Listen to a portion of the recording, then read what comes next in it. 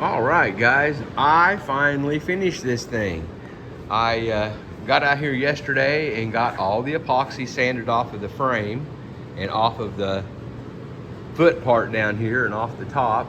Started out at 60 grit, worked my way all the way up to 120 grit, and then I popped it with water, let it dry real good, sanded it down with 120 again, real nice and slow, and made sure I got all the fur off of it after I popped it with water. And then I let it set last night. It's about 20 minutes till 10. I got out here this morning bright and early and put all my Z clips in, and I used a little stronger, a little longer, a little stronger screws than came with the Z clips, and I think I used 40 of them all together. I really attached it very well, and I used my brother's biscuit joiner here to cut all the slots in, and that worked really, really good. I'm glad somebody said something about that on YouTube, because that worked very, very well. I was able to adjust the height and the depth and everything, and that worked really good. I got out here this morning and, like I said, got all the Z clips put in.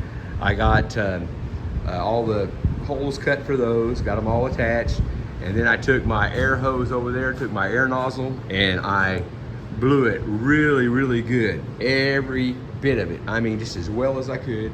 And then I took this and wiped the whole thing down real good, real wet, clean rags, every bit of it, and made sure it was just as clean as I could get it. And then after I got through doing that, I let it sit here for about 20 minutes. It was dry before that, but I just wanted to make sure. And I let it sit here and dry really good. And then I used my little excuse me, my little syringe, and I pulled 6 of that syringe at number 9 out of here, and then I pulled 3 of these of the hardener with my little syringe. So that's the right mixture on that. Mixed it up real well, did the top and everything down to here, and then I got it all wiped off, cleaned off, and then I did from here down all the skirting, and then I did this other top, and I had to mix up again. I had to mix up some more. I used the exact same ratios and the exact same amount again, and but everything turned out really, really nice.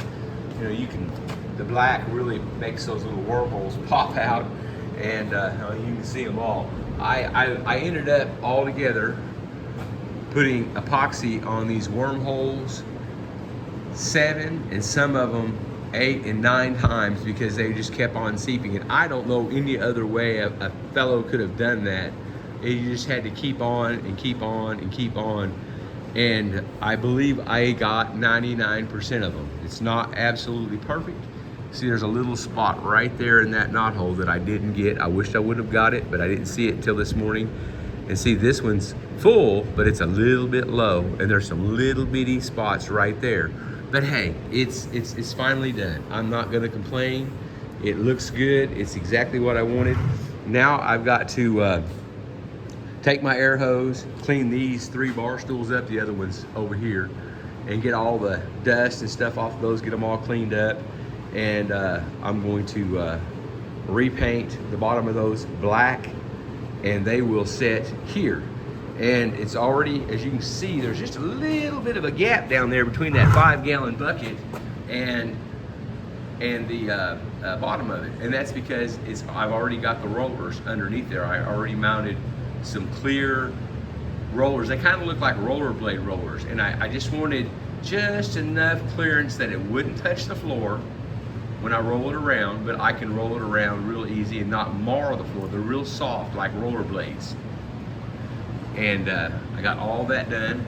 And this is a natural edge. On the other side, it's not. And of course, on the ends, that's where I cut it. And I used my little handheld plane and a 40 grit paper to make that false rounded over edge, just like I did up here. And it turned out really nice. I'm real happy with that. It's a little more uniform than I wanted it, but hey, I'm just tickled to death to have got it done. And what I love about this Rubio Monaco, and this is only the second time I ever used it. I used it a few weeks ago, 2 weeks ago on the headboard, and it really turned out nice. This is the second time I've used it. And what I really like about it is you can feel the grain of the wood, but you got the protection. And it looks really nice. It goes on so easy. Like I said, it's 15 minutes till 10, and I've attached the top, attached the bottoms, cleaned everything, and stained it. And it's not even 10 o'clock, and I've been out here about 3 hours, I guess, this morning. And it's just the easiest this kind of stuff I've ever seen to use before. It's so simple. They've got a great product. The only downside to it is that it is very expensive, but there's still, let me see how much is in this bucket here. There's still about to where it says pure, probably right in the middle of where it says pure. It's still up to about right there. And I really like the product. And that's what, 2, 4, 6, 8, 10, 20, 40, that's about 45, approximately 45 square foot that I did with that. And then the headboard too, and I've still got some left over. So it really does go a long ways. Everybody keeps on yelling, it goes a long ways, it goes a long ways. So it really does. So, if this helps anybody, I'm trying to brag on this stuff because I've never used it before, and I'm gonna buy it again. I've still got those 3 slabs of wood down there. I'm gonna make a seat, and I'm gonna use a piece of this to put on top of this whenever I get through with it. This is my next project.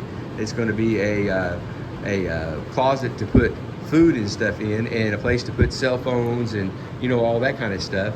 And I'm also gonna make a little bench and some floating shelves out of these 3 slabs. So I've got plans for those. And honestly, if I had it to do all over again, I probably would have done it about the same way. The only thing I would have done different is tried to get it cut down a year in advance, because it took a long time for it to dry. I can't check the moisture level in it right now because everything's wet, because I just put that on there, and I put it on there pretty heavy, and I let it set for about 15 minutes this time. But man, guys, I am really happy with the finish on it. It really does look nice, and it feels like something you would, like if you walked up to a brand new table at your local furniture store and rub your hand across it. That's exactly how it feels. You can feel the wood grain, and I like that. I don't like the polyurethane. Feels like you're running your hand across plastic. And hopefully, I know one of these days it's going to get damaged. I know how I am.